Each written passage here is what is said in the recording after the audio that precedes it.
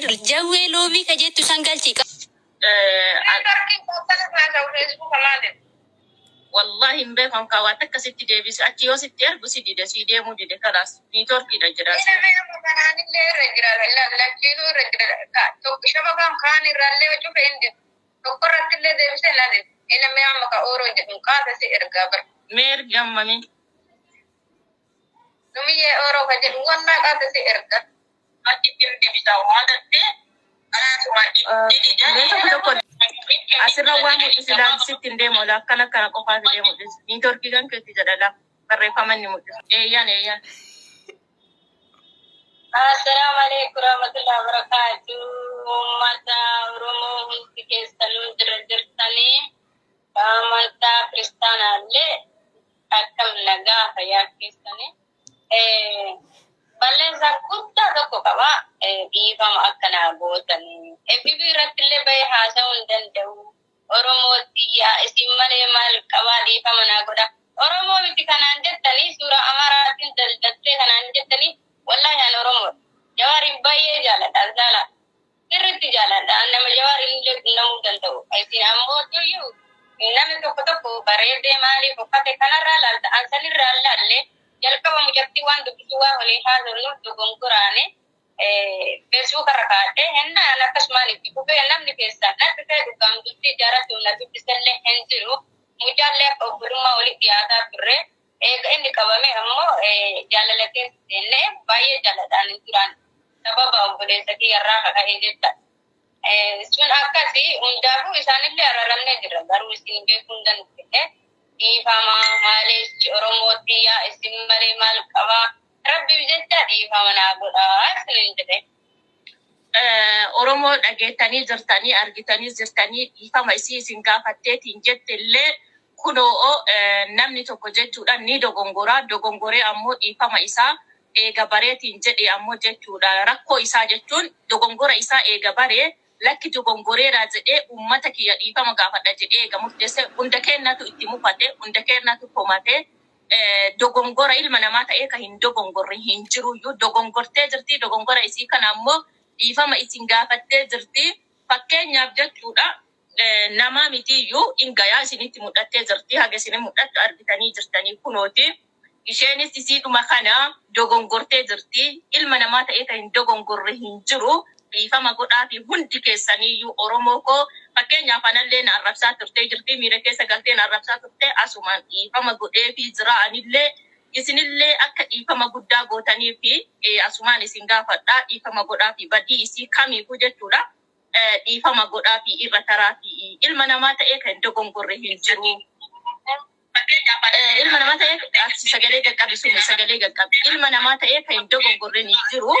Dogongora isiisan fudhattee jirti dhiifama godhaa fi irra taraa fi suuraa isii sooshaal miidiyaa kanarra deemaa ture argitanii jirtanii jechuudha suuraan isheen duratti wanna jedhaa turte jechuudha kanaaf akkamiin fuula oromooti as baya akkamii oromoo dhiifama gaafadhaa jedhaa turte namoonni baay'ee hundi kennaa shakkaa turre jechuudha akkamitti as ba'uu didde ofitti amantee maas ba'uu didde jennee itti dhiyaanne aariidha walirraa fagaachuu irraa ammoo waluma dhiyaannee rakkoo jiru furuu wayya jennee dhiyaannee ogguu gaafannu akkana akkamitti oromootti balleessee jira akkamitti oromootti as bahaa fuula kamii oromoo as bayeeti oromoo dhiifama gaafadha jennaan oromoon garaa badhataa garaa laafessaa koottuu wamata akka rakkoon hin jiruuti koottu dhiifama sii godhaa oromoon dhiifama gaafadhu jennee kunooti isheen illee ishee kana viidiyoodhaan illee isinitti mul'atti argitanii jirtanii dhiifama gooneef jedhaa jirtanii namoonni baay'een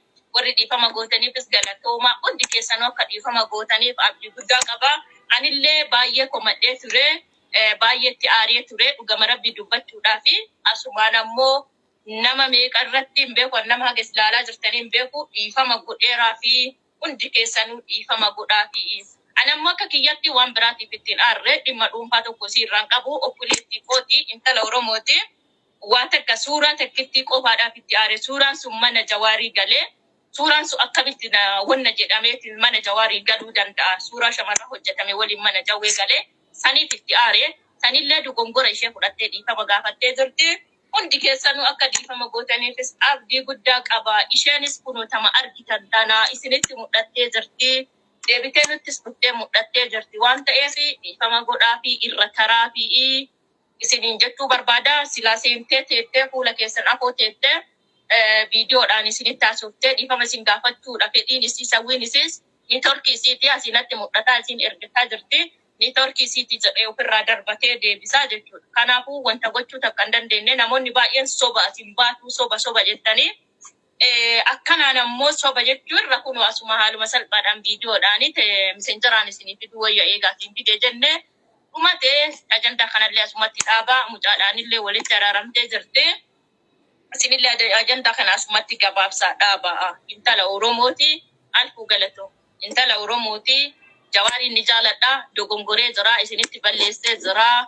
Oromoo koo sababadhaa isiniin jettee jirti dhiifama godhaa fi ilmi namaa ni dogongora. Ni dogongora isaa sanis ni hubata. Dhiifamas ni gaafata. Dhiifamas ni godhaaf sabni badhaan jechuudha. Kanaafuu jennaanii dhiifama godhaa fi ajandaa kanallee asirrumatti dhaabaa asirrumatti gabaabsaa. Garaa badhadhaa sammuu badhadhaa isiniin jedhaa. Galatoomaa ulfaadhaa isiniin jedhaa. Sumeetti dabaltee waan jettu qabdaa?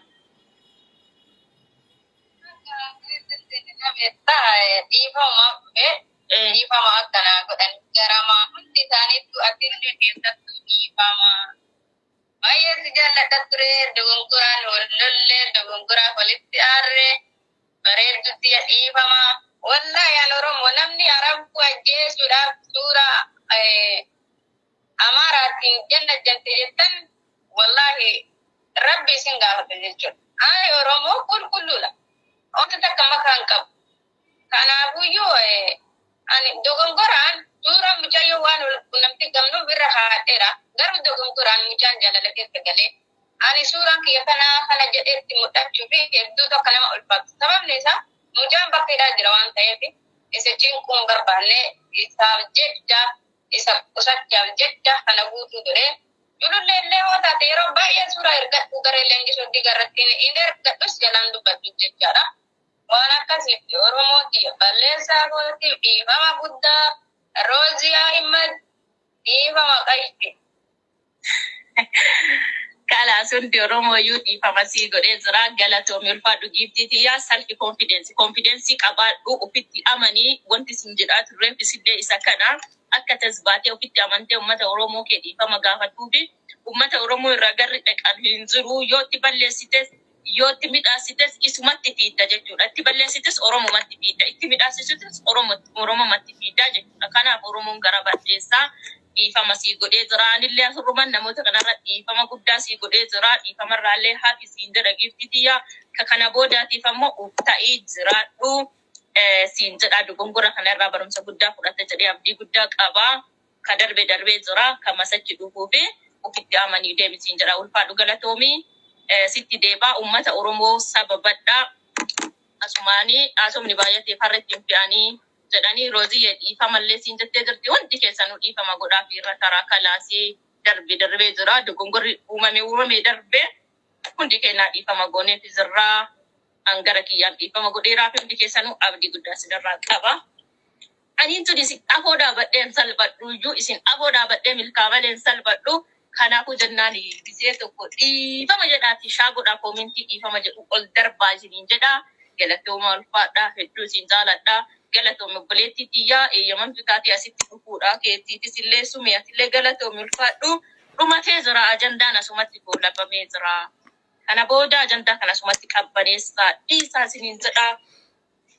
Kanuma baga gammaddee walumaan baga gammanne hundi kennaayyuu kanuma galatooma ulfaadhaa qaqqaaliiwwan kiyyaa. Nagaan naa tura albiyyee gameetti mataa shamaraa gootittii fi haadha Oromoo alfii mataa shamarran Dubaayii nu jiraadhu leencittiitii yaa haadha leencaadha goota. Seenaa kee bal'inaan dubbadha siin jedha alfiyaa jabduutii yaa. Akkasii Aminoo maqaa fi biyya gaafattee jedha. Sume maqaa fi biyyaa jedhanii dhalattuu eessaa tasumaan kalaas irra buufadhu takkitti tanallee haa hubatanii kalaas. Ittuma dhiibaa baru manni dhiibamaan kun uummata rabbi ol dhiibee gadhii. Namni barat. Kana tumata jira madiifa meeqa kan dhiifama booda keessan barachuu dandeenya warra barachuu barbaadu. Okay, namni barachuu barbaadan keessan itti dhaqaa firiidha. Baradha dubbisaa isiniin jedha. Kanuma isiniin jedha uummata qaqqashtii, uummata gaggaarii isiniin jedha. Warri dubbisuu feetan dhaqaa keessan dubbisaanii. Kanuma isiniin jechuu barbaada. Fayyaanaa qabaadhaa, ulfaadhaa isiniin jedha. Jechuudha furdinni qadhoo akka kanaa fuudhuu jechuun rakkoodha. Nagaa naa tura hedduu isin jaaladha Oromoo koo kabajamaa ulfaadhaa isiniin jedha. Nagaa keessa